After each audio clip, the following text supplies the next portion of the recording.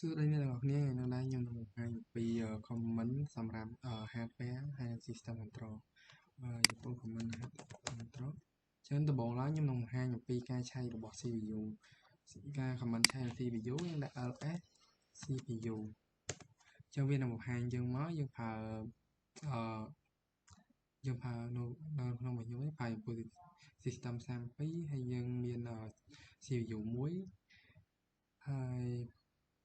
តោះទៀតយើងឆែកយើងបើយើងចង់មើលការរ៉ាន់ប្រើ 8top យើងមើលពិសេសដែលរ៉ាន់កំពុងតែរ៉ាន់នៅក្នុងកុំព្យូទ័រនៅក្នុង server របស់យើងអីខ្លះហើយប៉ុណ្ណឹងហើយបើយើងចង់ stop វិញគេ control C ហើយបន្តមកទៀតវាទាក់ទងទៅនឹងឆែកទៅនឹង storage ឬក៏យើងឆែក storage ឆែកពី comment ពាក់ព័ន្ធឆែក storage ដកហាស់យើងនឹងថា storage យើងបានហើយចំពោះមួយ comment ទៀតគឺ lsblk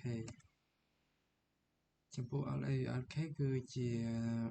comment 3ដែលបង្ហាញប្រាប់យើងដូច SDA មួយ SDA វាបន្តគ្នាយើងថា3ហើយចំពោះបន្តមកទៀតខ្ញុំจะต้องការបង្ហាញ IP จะต้อง IP យើងអាចវាយថាIPA ចឹង comment IP គឺរបស់យើងគឺ10 កុដនេះ comment 10 កុដ 0.2 ចំពោះ comment បន្តមកទៀតគឺ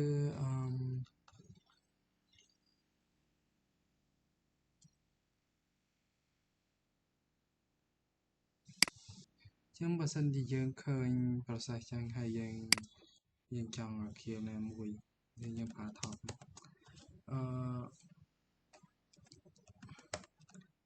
ការដែលយើង end បើសិនជា service មួយណា error យើងអាចទៅ end ថាវាឬ kill យើងអាចហៅនៅក្នុងហៅ kill ដែលឧទាហរណ៍ថាចំពោះ ID 1000នេះយើងបើយើងចង់នេះយើងដាក់ kill ហើយដាក់ ID 1000ឬក៏229នេះតែខាងនេះខ្ញុំអត់ចង់ kill វាទេដោយសារតែខ្ញុំអត់បានបើក service ផ្សេងតែតោះបើយើង kill ហើយនៅតែអត់ដាច់អញ្ចឹងយើងដាក់ kill ហើយដកលេខ9ហើយយើងដាក់ដែល IP ដាក់ process ID យើងដាក់ចូលទៅហើយបន្តមកទៀតខ្ញុំនឹងបង្ហាញអំពី comment តាក់ទងទៅនឹងការបិទកុំព្យូទ័រអញ្ចឹងពូការបិទកុំព្យូទ័រយើងប្រើ comment sudo shutdown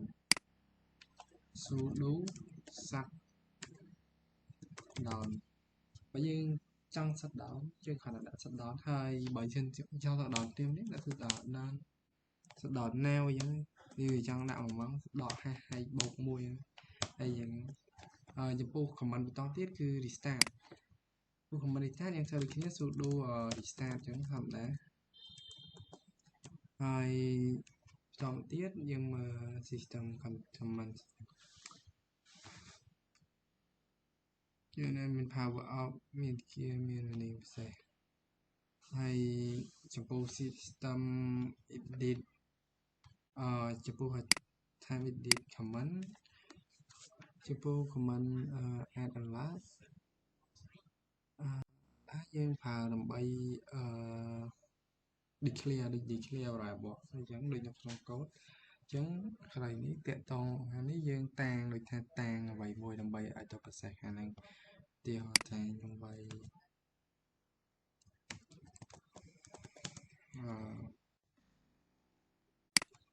comment ឡាឧទាហរណ៍យើងយើងតាំងឧទាហរណ៍ថាយើងតាំង L ដើម្បីឆែក list យើងដាក់ស្មើ ls ដាក់ L អត់មានទេចាំមានន័យថាយើងសេខខls a l i as នេះ វាដល់ក្នុងនេះគេដាក់ CPU ហើយស្មើ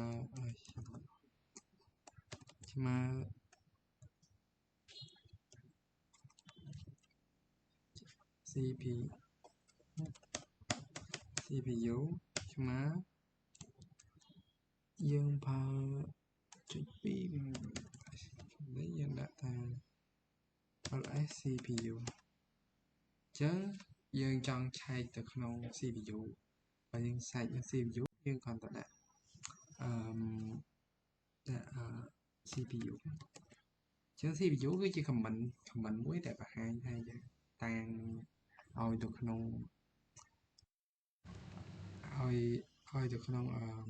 យើងតាំងវាឲ្យថា comment ដែលស្មើទៅនឹង ls CPU ហ្នឹងគឺស្មើទៅនឹង CPU យើងអាចដាក់ ls ដល់ដែរយើងអាចមួយទៀតយើងដាក់ list យើងដាក់ ll តែហើយស្មើ ls ជាងយើងសាកដាក់ l មកចេញពួក l មិនអត់ចេញវាអត់មាននេះដាក់លើទៀត ls l ស្មើ ls ដល់យើងឈប់មកតិចចំពោះនេះយើងកាយដាក់ top ហ្នឹងយើងដាក់ top វិញ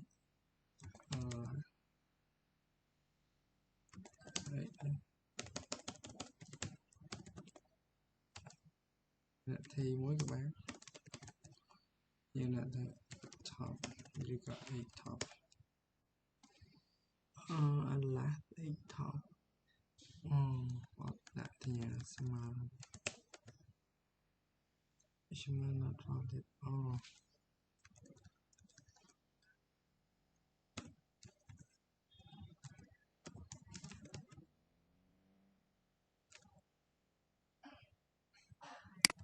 ហើយយើងមកតប្រាប់ផងឲ្យខនជាងយើងនិយាយថាខ្ញុំគេដាក់ man ស្មើទៅនឹង free ដល់ 8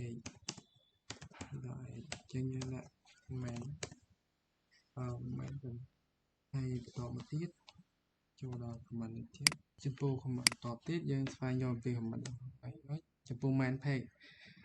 តើតើ man page វាថាយើងផ្លេចនៅ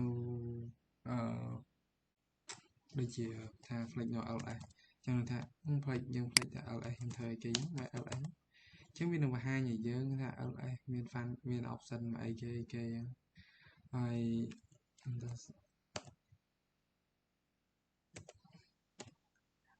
តមកទៀត man CPU ហ្នឹងគឺនេះហើយយើងមកវា man វាទៅមើលដើម្បីផ្លាស់ប្ដូរអីចឹងវាមានដក A on ណាពេលហើយបន្តមកទៀត info ទៅទៅនឹង info គឺ document hypertext ទៅនឹងដង info គឺជា comment ដែលផ្ដល់ document នៅក្នុងទម្រង់ hypertext អញ្ចឹងយើងលើកជាថាយើងចង់ដឹងថា info របស់ ls អីគេយើងដាក់ ls មកនេះមានបង្ហាញមុខងារវាចឹង program list តាមនេះ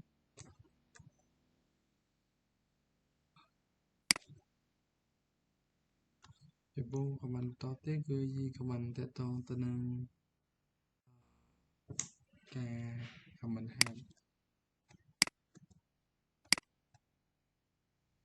head flag គឺ command ដែលយើងឧទាហរណ៍នេះមិនយើងផ្លេចមុខងាររបស់ ls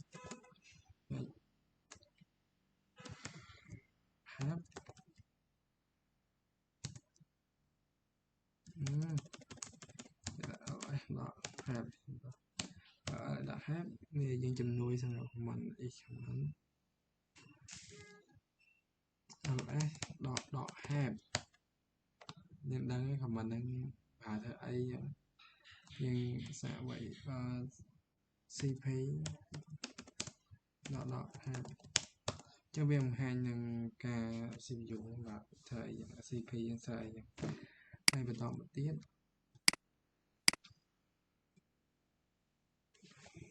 ចឹងខ្ញុំមានតែប៉ុណ្្នឹងសម្រាប់បង្កើតមកចាប់ផ្ដើមជាមួយនឹងដកហេតុគឺជាអ្វីដែលខ្ញុំផ្លេចខ្ញុំមែនបង្ហាញចូលទៅកាន់មែនសម្រាប់អំពីអំពើមានអំពី option របស់វាមានអីខ្លះហើយ info ស្វែងយល់ថាគាត់ផលិតដោយអ្នកគេ example ស៊ីចម្រៅពីtool វានីមួយៗចឹងហើយចំពោះប្រើខែ comment មែន K មែនចុច